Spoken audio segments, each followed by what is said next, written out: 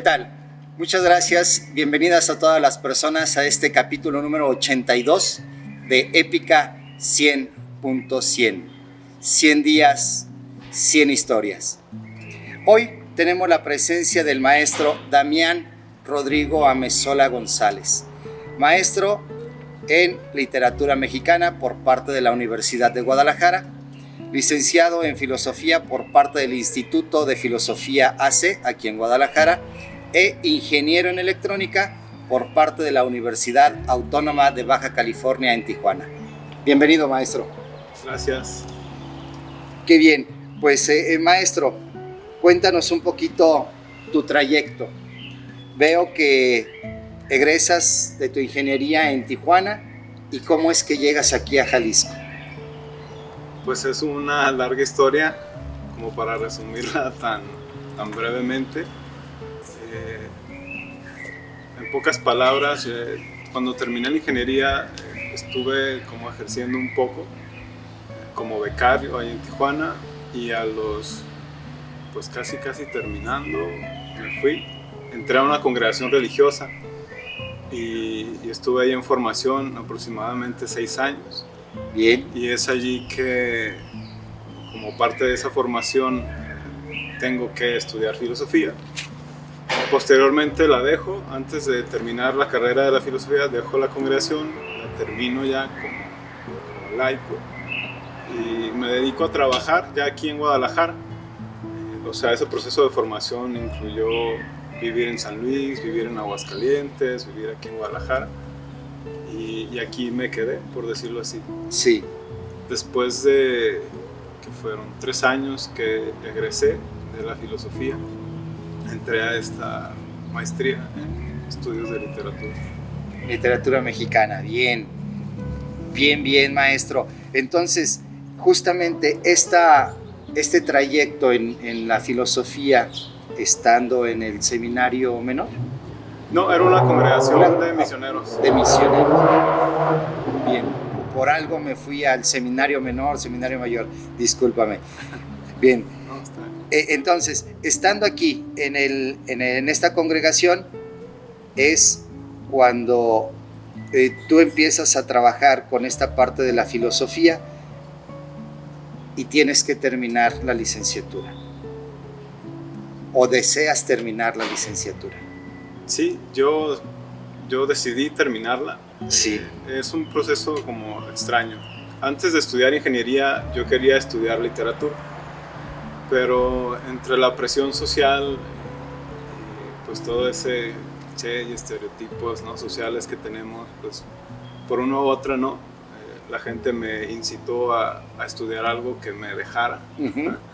Entonces no era malo para las matemáticas, nunca lo fui y no se me dificultaba. Yo entro allí, pues creo que la generalidad es que me gusta mucho estudiar y aprender. Sí. Y me gustó muchísimo la ingeniería, por supuesto que la disfruté. Claro que internamente, pues por gusto, por pasión, yo hubiera decidido estudiar literatura. No lo hago, y es cuando entro a la congregación y que me dicen, oye, pues te va a gustar la filosofía. Y digo, no quiero estudiar filosofía. Y ya hasta que tuve mi encuentro con ella, pues fue otra cosa. Y me encantó también. Encuentro como mucha similitud de la filosofía con la literatura.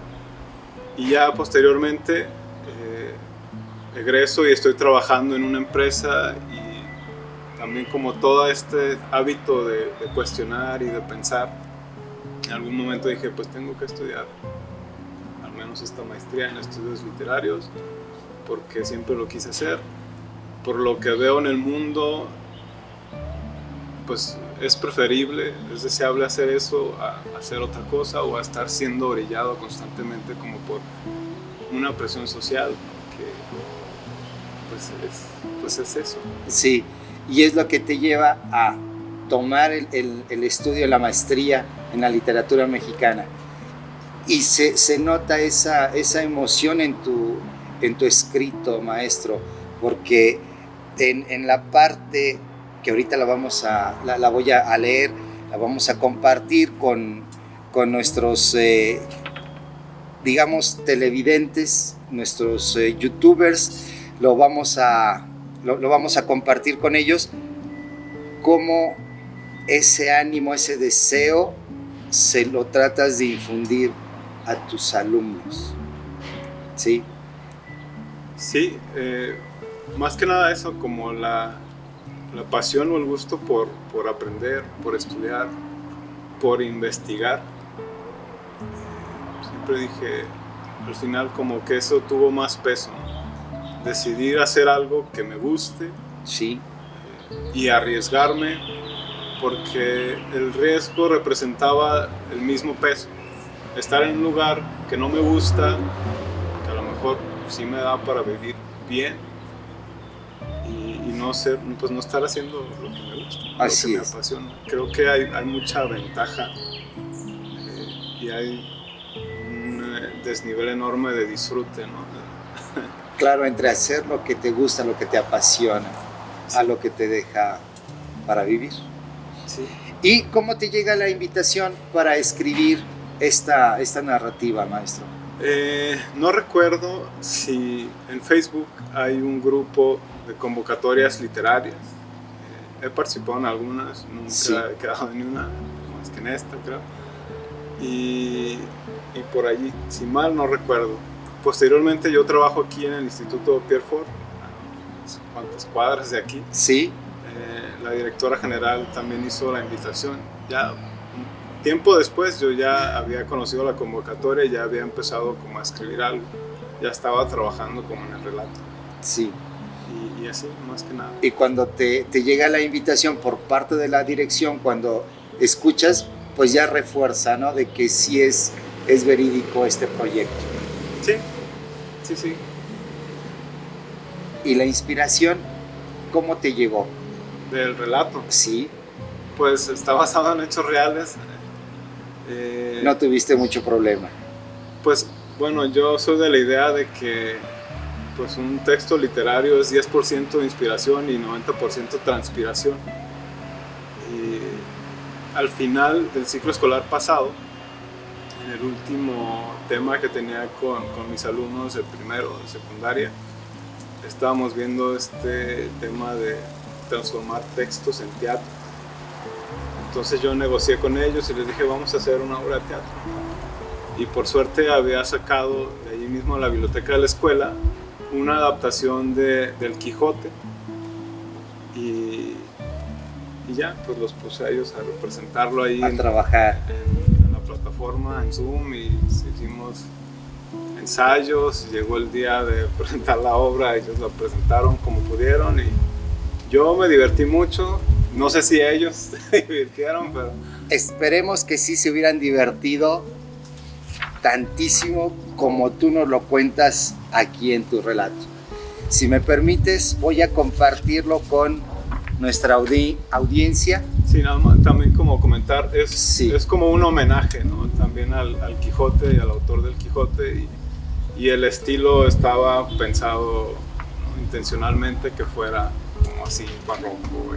Sí, porque hay algunas palabras que me remitieron a esa época, justamente, algunas o varias. Sí.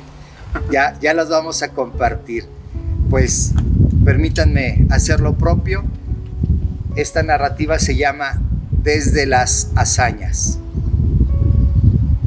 En algún lugar de Zapopan, cuyo nombre da mucho que desear, hay un lugar ameno. Edificios de departamentos con fachadas bonitas y algunas otras con semejanza a vecindad.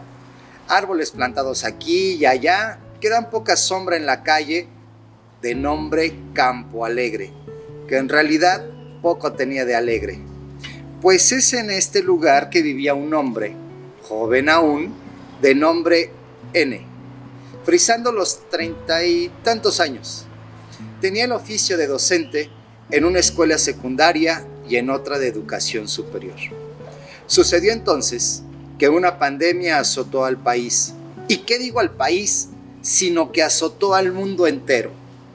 Y ya pusieron a la gente a encerrarse, no con palos, ni cadenas, ni picos, ni pistolas, aunque poco faltó, sino desde televisores, radios, teléfonos celulares, computadoras, como es debido en su tiempo de la historia de la humanidad y de la era de la información. Al principio se creyó una mala gracia que había iniciado en China, pero al poco tiempo la enfermedad se expandió a tal grado que nadie nunca la vio venir.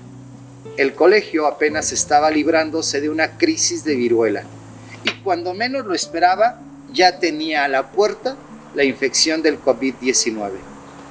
Por ello, fue la comunidad educativa y la sociedad en general obligada a encerrarse.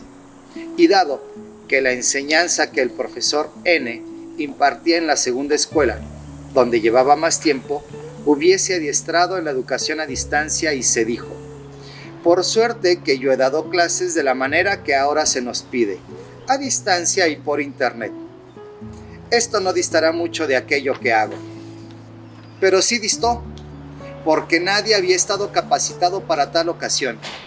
Y cambiar toda la cultura por una nueva no fue más fácil que meter al camello por el ojo de una aguja.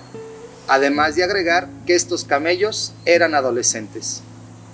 Y entonces, no pudiendo el cuerpo académico de maestros adaptarse a la situación tan prontamente, replicó un esquema tremebundo de correspondencia electrónica, cuyas palomas mensajeras hubiesen desfallecido a los 7 días de ejercicio.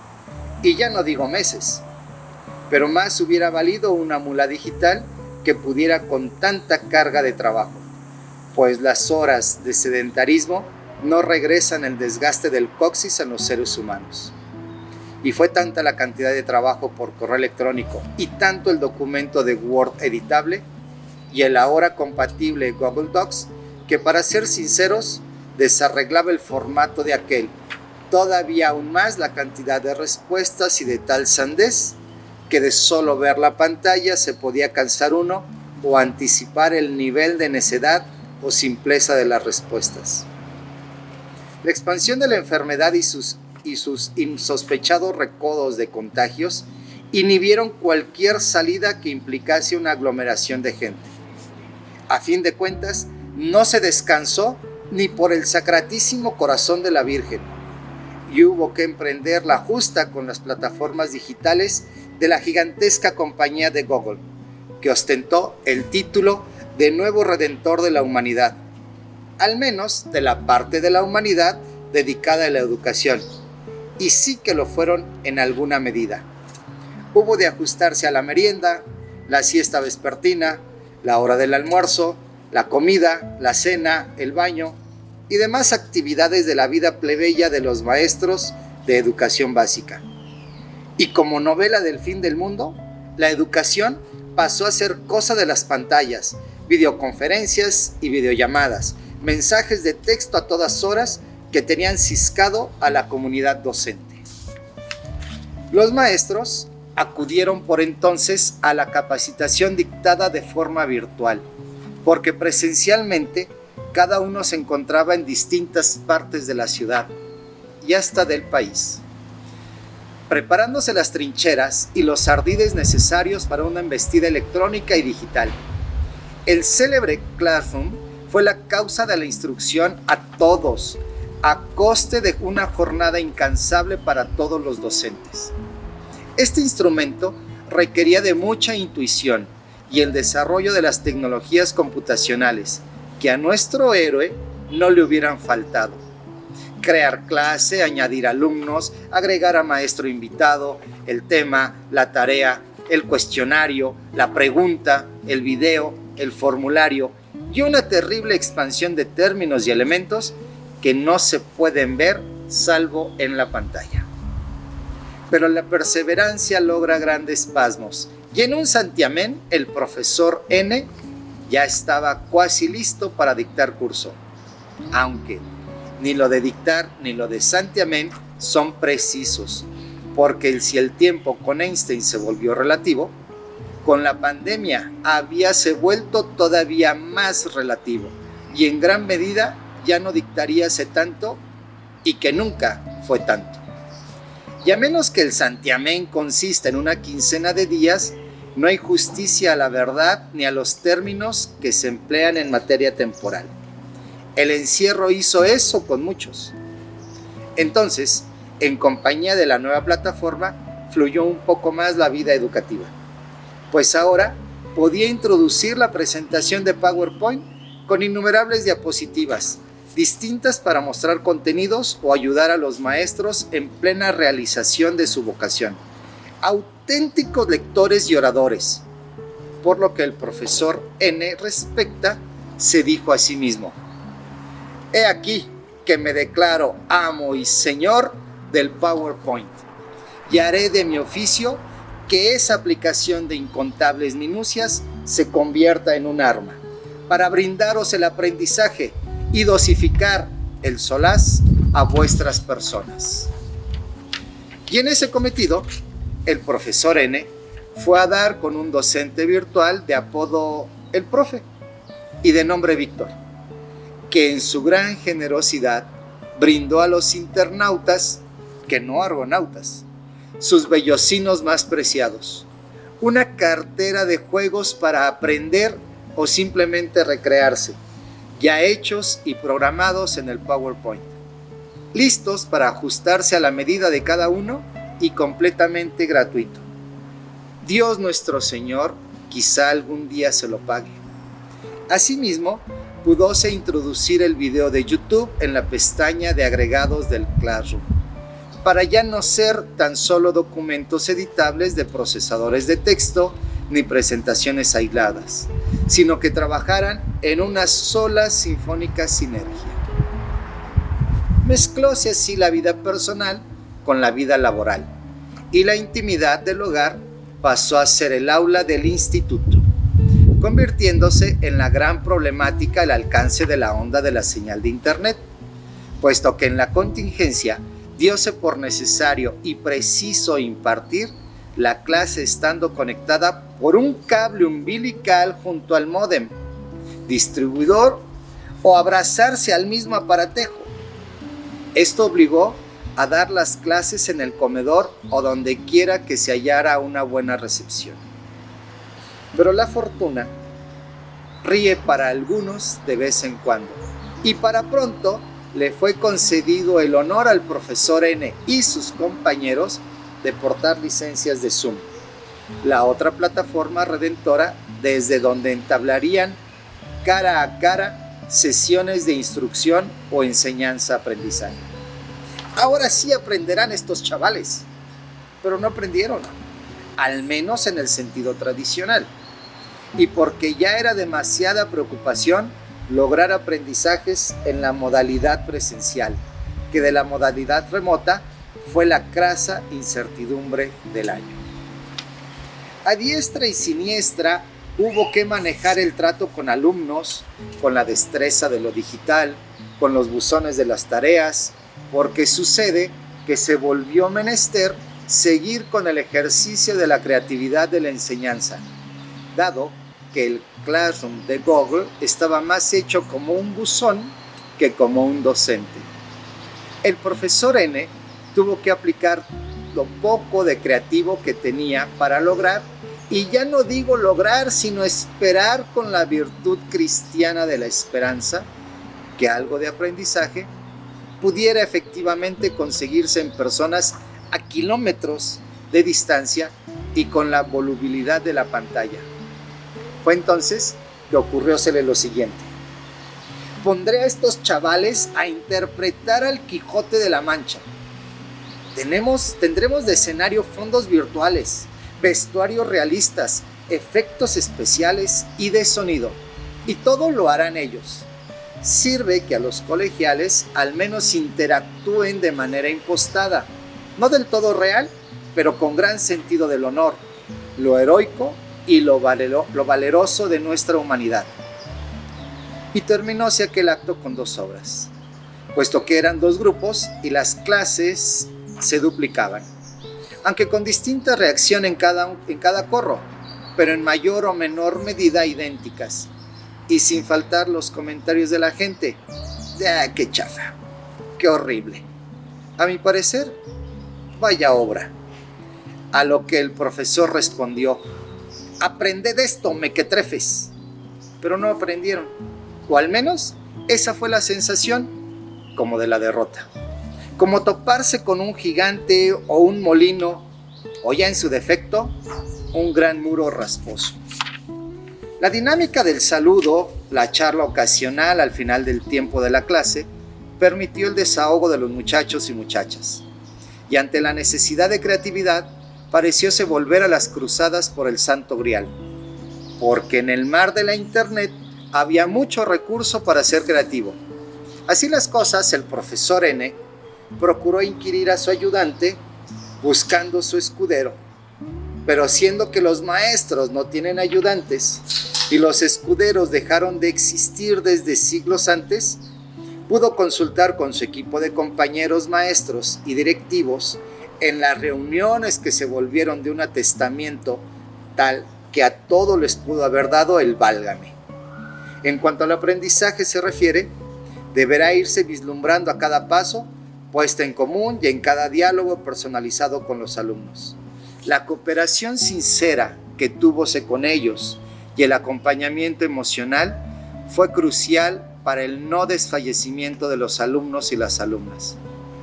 Porque para algunos, la emoción habíase convertido en un gran obstáculo para mantener la atención y la constancia.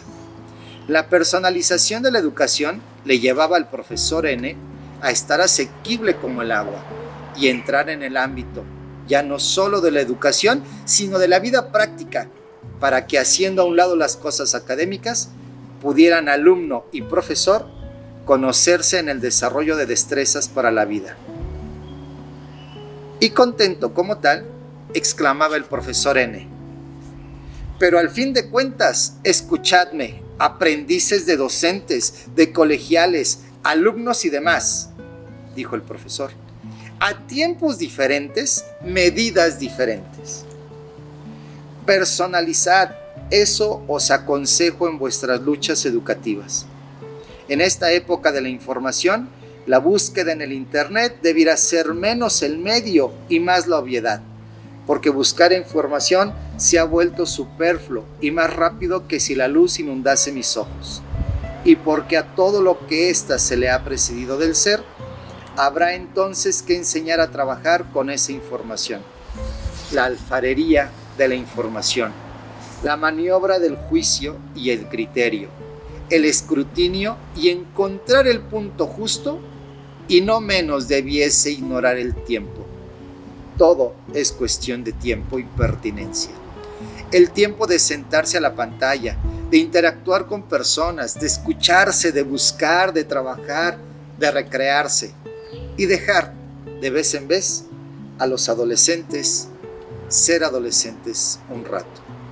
Y aquí, hasta donde ha venido y cómo ha ido el valeroso héroe profesor N, que se va perdiendo de vista y perdiendo la misma también con tanta hora de pantalla y perdiendo al mismo tiempo las sentaderas en el intento. Damián Rodrigo Amezola González, seudónimo N. Posteler. Maestro, ¿qué emoción te da, qué sentimiento te da escuchar tu narrativa?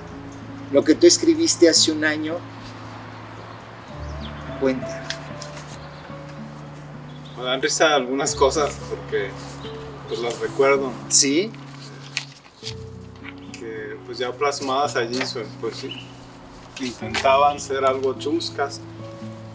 A lo mejor en el momento no lo fueron tanto, pero creo que es eso algo que tenemos los mexicanos, como de encontrarle el chiste a las cosas, ¿no? Incluso a esas cosas como no tan agradables. No sé si peca de humor negro, pues, pero sí, pues recordando, no lo había escuchado en un buen rato, ni yo había leído el texto tampoco, pero me daban risa algunas cosas que estaban ahí.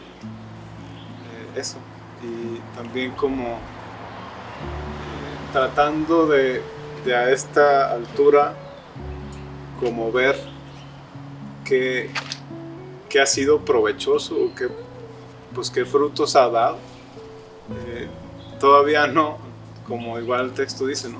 Aprendieron, pues no sabe si aprendieron o si no, si sí, es diferente. Tendría que ser igual, a lo mejor medido diferente el aprendizaje, no lo sé. Pero sigue esa incertidumbre que igual siempre tengo también. Ay, esto que hago, sí, estará funcionando, estará dejando algo a los alumnos. Como que eso siempre queda allí, ¿no? Y es algo que a lo mejor se tiene que evaluar, no sé si más bien a un largo plazo que a un corto o a un mediano. Y eso a veces también allí lo discutimos con los maestros. Sí. Pero bien, me agradó. Tengo la evidencia de esas obras y esas sí las he visto más veces en lo que va del año. De repente regreso. Recordar. Sí. Bien, bien. Aparte que los chavos ya están más grandes, como que sí crecieron y... Pasó un año, maestro. Y crecieron bastante, ¿no? De tamaño y les cambió la voz. Todo. Intelectualmente también. Supongo que sí. Esperemos que sí, ¿verdad? Pues efectivamente, maestro, a un año de este acontecimiento, ¿qué sigue? ¿Cómo has implementado estas tecnologías? ¿Sigues, me supongo, con el Classroom? Sí, como eso no ha parado. Ahorita hay mucha incertidumbre sobre todo ahorita que pasó esto de la vacunación y ya como el permiso de que se accedió a que hubiera grupos presenciales, como la incertidumbre de lo que sigue. Y a lo mejor ya este ciclo escolar, lo que resta de este ciclo escolar, pues bueno, ya prácticamente así como estamos, ya medio híbrido el asunto, así se va a quedar. Quién sabe qué siga después, cómo vaya a venir el siguiente ciclo. Yo, este texto está sobre todo basado en lo que pasó en los primeros meses y, sí. Y cuando concluye ese ciclo escolar. Este otro ciclo escolar al que pasamos yo también me sentí como muy diferente, como ya más consciente o en la cuenta de que bueno, esto va a ser digital, pues vamos viendo que podemos hacer digital y como muchos sí, creo que esa parte hay mucho por hacer, por buscar, por investigar, hay muchos recursos en internet, tantos que uno también se puede perder en ellos. Así es. Eso es como también otro reto para alguien que enseña en línea. Y al menos esa parte creo que bueno, ya vamos cerrando. Creo que algo hice, espero que tenga resultados favorables y creo que lo que resta es como ver cómo va a estar el siguiente ciclo para ver, para planear, para pensar qué hacer. Cómo afrontar el próximo ciclo, ¿verdad? Pues seguramente, maestro, de impacto algunas o varias de las cosas que has realizado quedaron en tus alumnos o quedan en tus alumnos. Los docentes son agentes de cambio y como el eslogan de este proyecto, son guerreros docentes. Lo mencionas aquí y haces la referencia a esta obra, pues buscas un escudero. Y sí tienes varios escuderos, aunque ya como tales no están reconocidos, como bien lo presentas, ¿no? Desde hace siglos no existen los escuderos, pero sí tenemos ahí justamente en la tecnología este apoyo, ¿no? ¿Y con qué cierras, maestro? ¿Con qué cierras esta charla? ¿Con qué te quedas? Qué buena pregunta. Pienso, me viene a la mente como la palabra incertidumbre. Y creo que algo que debería hacer la educación es enseñarnos a lidiar con una incertidumbre que está, por mucho que queramos hacer o hacernos de la vista gorda, pero creo que ahí está y creo que la manera de hacerlo es como enseñando a los alumnos, a las personas, pues a los que tenemos al alcance a dialogar, a decir lo que pensamos, a pensar bien sobre lo que estamos pensando. Sí. Y eso como en conjunto con los demás. Si bien no hay escuderos, pero como decía allí también, esta parte de sentirte apoyado, respaldado por un equipo también de maestros que trabaja junto contigo y que están junto con uno en esto, eso también es muy padre. Me ayudó muchísimo. En el colegio tenemos un equipo que hace eso, ¿no? Respaldarse, y eso a mí también incluso emocionalmente ha sido un gran apoyo, no solo académicamente. También de manera esta otra parte personal. Tenemos corazoncito nosotros. Claro. Claro que sí, tenemos un corazoncito, y la parte emocional también es importante poderla ir fortaleciendo. Hubo una consigna de atender lo emocional de los chavos, y pues sí, teníamos que estar allí como para ellos. Creo que en esa etapa de la adolescencia, como el estar es muy importante, aunque el adolescente te rechace, pues tú estás. Eso ya es de él, ¿no? Así es. Otro es de uno. Sí. Pero sí, también esta otra parte, nosotros estamos para ellos, pero ¿quién está para nosotros? Entonces... Exacto. Pues, maestro, muchísimas gracias. Un guerrero docente más en este proyecto de Épica 100.100. 100 días, 100 historias. Muchísimas gracias por este tiempo, por esta entrevista y por permitirnos compartir tu relato. Muchísimas gracias. Estamos en comunicación constante y los esperamos en nuestro próximo episodio. Muchísimas gracias. Hasta luego.